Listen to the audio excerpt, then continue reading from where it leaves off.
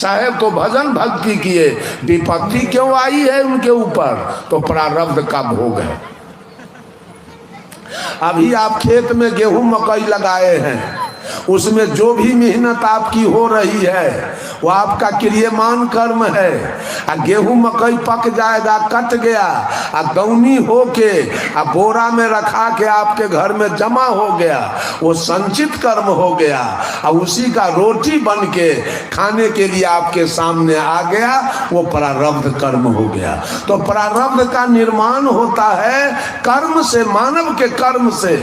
तो आप जीवन भर जो भी पुण्य कर्म करते हैं, जो भी पाप कर्म करते हैं, वो सब जमा होता है, संचित हो गया, और उसी का परिणाम जब आपके जीवन में उतरता है तो मनुष्य कलेजा पीट के रोता है, तब भगवान को गाली पड़ता है, तब डाइन को गाली पड़ता है, और तब वर्तमान कर्म को गाली पड़ता है, लेकिन भोग रहा है अपने कर्म का परिणाम। कोई किसी को मारने वाला इस धरती पर नहीं। आप देखिए कर्म के परिणाम में जो साध्वी महिला है, जो सत्संग में रहती है, जो हमेशा साधु की संगति करती है, जाकर के देख लीजिए, वो एक टूटल झोपड़ी में रहती है, कभी चटैया पर सो जाती है, बोरा पर सो जाती है, ज्यादा से ज्यादा रोटी सब्जी उसको मिल गया, शरीर पर कपड़ा भी कोई कीमती नहीं है। लेकिन एक वेश्या को जाकर के देखा जाए तो 3-3 महल के, 4-4 महल के मकान में वेश्या रहती है, 10-10 हजार के कपड़ा पहनती है, 50-50 हजार 1 लाख के जेवर उसके देह पर है, वो पेड़ा रसगुल्ला काजू किशमिश मांस मछली खाती है, लेकिन एक साध्वी महिला है उसके ऊपर दुख आ रहा है। क्यों?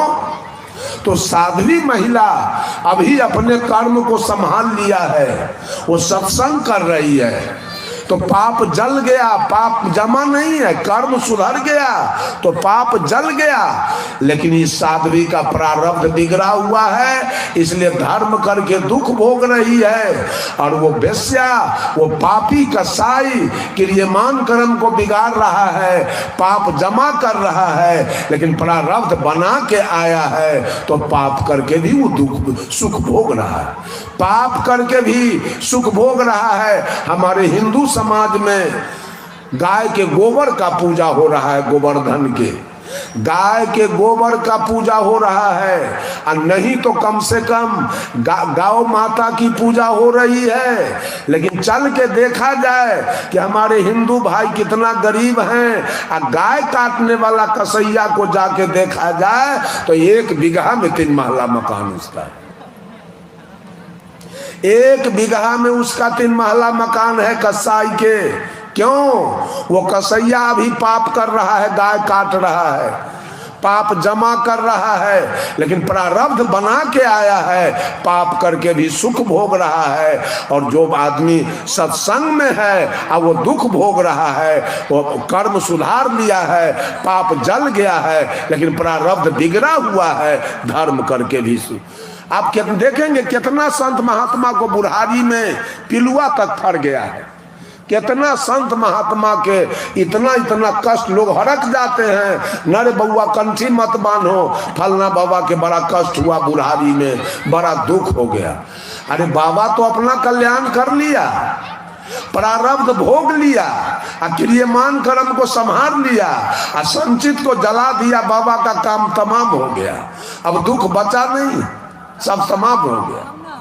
बंधुओं, आपके अपने कर्म का परिणाम, चाहे वो क्रियमान कर्म हो, चाहे वो संचित कर्म हो, चाहे वो प्रारब्ध कर्म हो, दूसरा कोई बात सच नहीं है। न ईश्वर सत्य है, न परमात्मा सत्य है, न भूत प्रेत सत्य है, न डाइन जोगिन सत्य है, न ओझा गुनी सत्य है। सत्य एक ही बात ही धरती पर है, जो हर प्राणी को अपने अपने कर्म के अनुसार शरीर मिला है, और अपने अपने कर्म का परिणाम हर प्राणी को भोगना है। बस यही बात सत्य है, दूसरा कोई बात सत्य नहीं। सबको भोगना है, सब लोग भोग रहे हैं। आप ही का सहोदर भाई, आप 5 भाई हैं, आपका सहोदर भाई डॉक्टर हो गया, देखिए उसका बिल्डिंग बन रहा है, जमीन खरीदा रहा है। माए बाप तो एक ही है पैदा करने वाला। एक माए बाप 5 बेटा को पैदा किया, एक बेटा इंजीनियर हो गया, एक बेटा डॉक्टर हो गया, एक बेटा बीडीओ हो गया, एक बेटा भैंसी चला रहा है और एक बेटा भीख मांग के खा रहा है। सबका अपना अपना कर्म अलग अलग, उसको अलग थलग कर दिया। माए बाप एक है लेकिन कर्म सबको बांट दिया, अलग अलग कर दिया है। बंधुओं, अपने कर्म पर जरूर विचार करें। आप अपने खान पान को सुधार लीजिए, आप अपने आचार विचार को सुधारिए। ये टका जो आपका पूजा त्योहार में खर्च हो रहा है, वहां से रिटर्निंग कुछ नहीं मिलेगा, अंत में कुछ नहीं मिलेगा। वो सारे पंडित लोग, ब्राह्मण लोगों का झांसा है रुपया ठगने का। केवल वो ठग रहे हैं केवल आपसे रुपया, मिलेगा आपको कुछ नहीं। सुने ना, रंजीत साहब क्या कह रहे थे कि वो जंतर बेचता है, धन होने वाला जंतर। तो तुम जंतर बेचते हो तो तुम क्यों नहीं धनी हो गए? भगवान तुमको क्यों नहीं धनी बनाया? जंतर से तुम दूसरे को धनी बनाओगे। हम लोग ट्रेन में चलते रहते हैं तो सूरदास आता है, ए बाबा कुछ दान कीजिए, भगवान आपको भला करेगा। हम कहते आप पहले भला करवा लीजिए ना भगवान से, कि दोनों आँख आपको दे दे, जब भिखमंगी बंद हो जाए बाद में हमारा भलाई करवा दीजिएगा। जरा सोचिए, ओकर भलाई भगवान नहीं करेगा, वो हमारा करवाएगा भलाई। आपने आन्हर बन के रहेगा, अपने वो अनहरा बन के रहेगा। आंख वाला के वो भलाई करवाएगा कि हमको 2 टका दीजिए, आपको भगवान भला कर देगा। भगवान किसी का, भगवान बाहर में कहीं है नहीं। भगवान किसका भलाई करेगा? अब भगवान अगर भलाई करने वाले हैं तो आप लोग एक स्वर में बोलिए, भगवान कितने हैं, एक है कि अनेक है? भगवान एक है। आपने कहा भगवान एक है, वो भगवान हिंदू है कि मुसलमान है? वो पूरब में रहता है कि पश्चिम में? वो मंदिर में रहता है कि मस्जिद में? वो अरबा चावल बतासा और तुलसी के पत्ता खाता है कि गाय भैंसी? क्या है वो भगवान? सरासर गलत है। भगवान एक हो नहीं सकता है कभी भी। अगर भगवान एक है तो कोई मंदिर में जाके पूजा करता है, कोई मस्जिद में, कोई गिरजा में, कोई गुरुद्वारा में। अगर हिंदू को छोड़ दिया जाए तो मस्जिद में शुगर फेंक देगा, और मुसलमान को छोड़ा जाए तो हिंदू के मंदिर में गाय का रान फेंक देगा। अगर सिख को छोड़ा जाए तो गिरजा घर को जला देगा, ईसाई को छोड़ा जाए तो गुरुद्वारा को बुलडोजर से गिरा देगा। बोलिए भगवान किधर रहता है? चारों में पटरी नहीं है। न हिंदू मुसलमान को देखना चाहता है, न मुसलमान सिख को देखना चाहता है, न सिख ईसाई को देखना चाहता है। और सब लोग कहा भगवान एक है। कर्म, एक आदमी पूछा हिंदू से, पंडित जी से, पंडित जी आपका देवता क्या खाता है? कहा हमार भगवान अरवा चावल बतासा और तुलसी के पत्ता खाता है। तो कहा कि बुझ गए, हिंदू के भगवान के लिवरे खराब है, ये बतासा खाता है तुलसी के पत्ता, लिवरे खराब है एक। मुसलमान से पूछा आपका अल्लाह क्या खाता है? कहा हमार तो बकरी, भेड़ी, मुर्गा, कबूतर, गाय, भैंसी, ऊंट भी खाता है। कहा वाह वाह, आपके अल्लाह का लीवर कड़गर है, वो सब कुछ पचा लेता है। लेकिन सुन लीजिए, आपके अल्लाह का भी लीवर कड़गर मजबूत नहीं है। कहा कैसे? तो शुगर में चर्बी होता है ज्यादा, वो अल्लाह के लीवर पर पास नहीं करता, चल जाता है। ईसाई से पूछा आपके भगवान क्या खाते हैं? कहा हमारा भगवान तो गाय शुगर दोनों खाता है। कहा वाह, आपके भगवान का लीवर मजबूत है, वो गाय और शुगर दोनों पचा लेता है। अब बोलिए भगवान क्या है? हम लोग गाय के गोबर के, सुन लीजिए, बहुत अच्छा आपने कहा तब ना हम कुछ बोले। शंका जरूर रखना चाहिए, चुप नहीं रहना चाहिए। अच्छा किया है आपने। हम लोग गाय के गोबर के पूजा करते हैं, और कुर्बानी के दिन पूरे विश्व में अरबों खरब गाय मुसलमान काट के खा जाता है। क्या क्या नतीजा उसका निकला? हमारे भगवान क्या किए मुसलमान को? अगर हमारा भगवान सही है तो उसको तो नाश कर देना चाहिए, मुसलमान को उसको जला के राख कर देना चाहिए। लेकिन कुछ परिणाम, अगर ये सच बात होता तो परिणाम दर्शिता होता, जरूर गलत का परिणाम होता। लेकिन अरबों खरब गाय काट के चिल्ला के हुकर के गाय सब प्राण गमा दिया, उस मुसलमान को कोई परिणाम नहीं दिखाई दिया, कुछ नहीं हुआ। और वो पक्का के मकान में रह रहा है, आप मस्जिद पर जाके अल्लाह अकबर कर रहा है। ये सारी बातें कहीं सच्चाई नहीं है। सच्चाई हमारे कर्म में है। कर्म को ठीक कीजिए, बीड़ी पीजिएगा कैंसर हो जाएगा, खैनी खाइएगा कैंसर हो जाएगा, कर्म का परिणाम मिल जाएगा। मीठ ज्यादा खाइएगा हो जाएगा डायबिटीज का बीमारी, और नमक ज्यादा खाइएगा ब्लड प्रेशर हो जाएगा। वासना में रहिएगा एड्स का बीमारी हो जाएगा। कर्म आपका जान नहीं छोड़ेगा किसी परिस्थिति में, चाहे वो वर्तमान कर्म हो, भूत कर्म हो, चाहे संचित कर्म हो, कर्म जान नहीं छोड़ेगा आपका। कर्म तो यहाँ आज नरेंद्र मोदी भारत के प्रधानमंत्री हैं, लोग कहते हैं चाय बेचने वाला भारत का प्रधानमंत्री है, उसके अपने प्रारब्ध का भोग है, अपने कर्म का परिणाम है, भारत के प्रधानमंत्री हैं वो।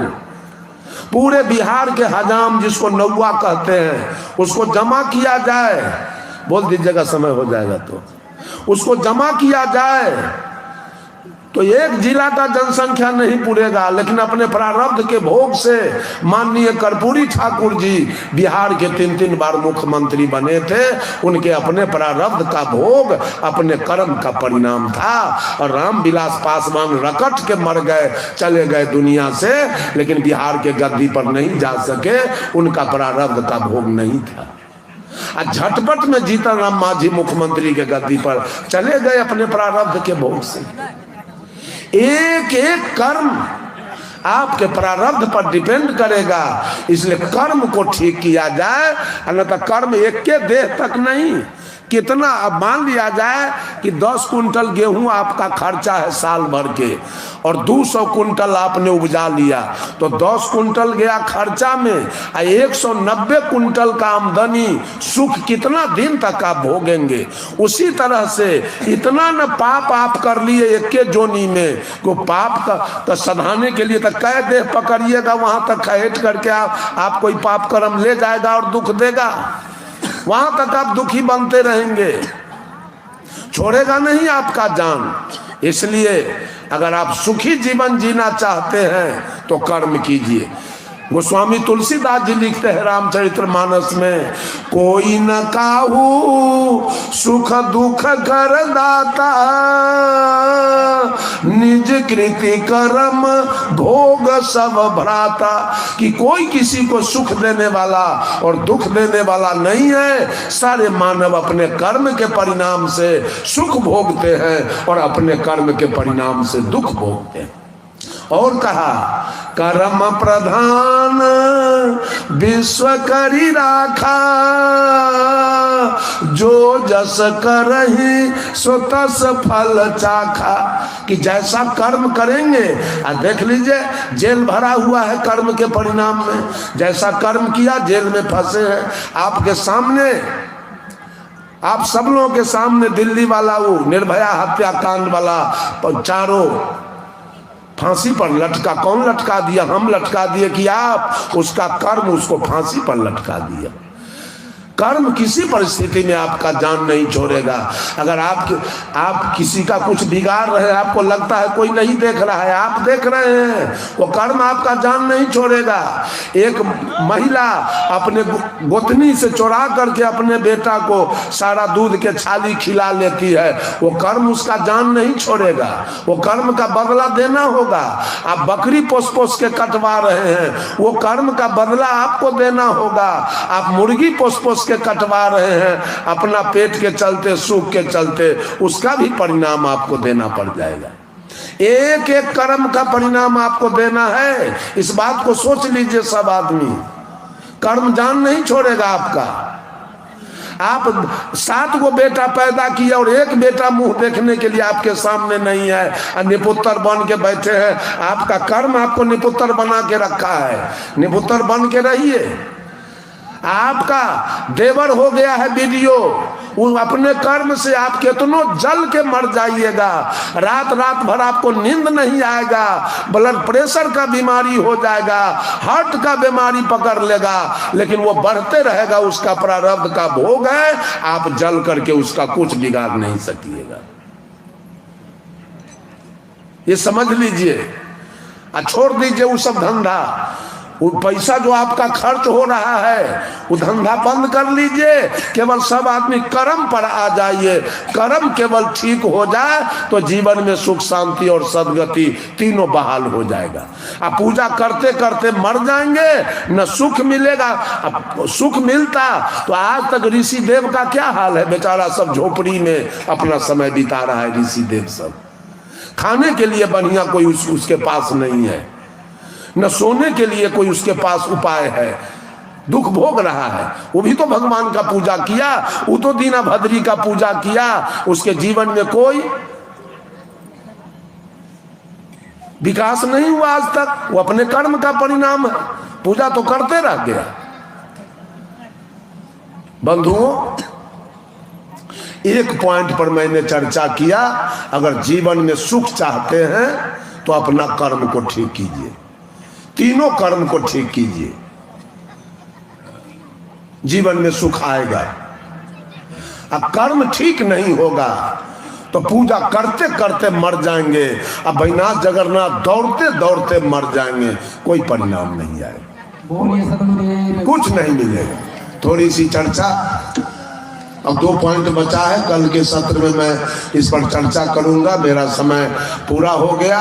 सब लोग बड़ा ध्यान से, बड़ा शांति से विचार को सुने हैं। सब लोगों को साधुवाद, धन्यवाद, नमस्कार, प्रणाम। बोलिए सद्गुरुदेव की जय। अपने बातों को यही विराम देता हूँ। तो देखा आपने, समझा आपने, सुना आपने दिल से ना। इसीलिए हम कहते हैं कि आप लगातार सत्संग में हमारे चैनल के साथ बने रहो, लगातार अपने पसंदीदा YouTube चैनल खुशहाल ज़िंदगी के साथ बने रहें। चैनल पर बिल्कुल नए हैं तो फ़ौरन सब्सक्राइब कर लें, यानी फ्री में परमानेंट मेंबरशिप ले लीजिए आप, और लाइक करिए। वीडियो दिल को छू गई है, बात और जज्बात विस्तार से लिखिए नीचे कमेंट बॉक्स में, आपको क्या फीलिंग आ रही है और किस तरीके की और आगे वीडियो आप चाहते हैं। गीत और गाली सब लिख सकते हैं, आप महसूस करते हैं तो हम उसके जवाब देने को तैयार बैठे हैं। और इस वीडियो को ज़्यादा से ज़्यादा शेयर करिए ताकि लोगों के जीवन में क्रांति आए, उनकी चेतना जगे और वो अपना जीवन मरने के पहले संभाल लें और उसे जान लें जिसके लिए जन्म हुआ है।